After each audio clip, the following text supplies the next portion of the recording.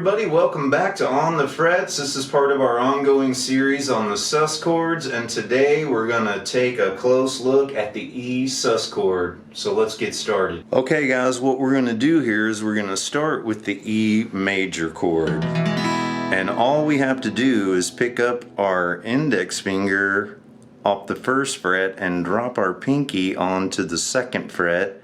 And now we've got our E sus 4.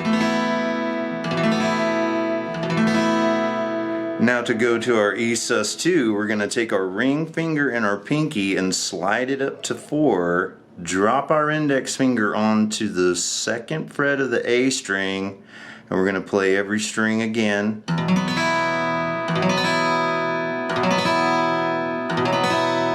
And that's your E sus 2. So again, with your E sus 4, slide back down, middle finger goes back down, play every string, back up to the E sus 2,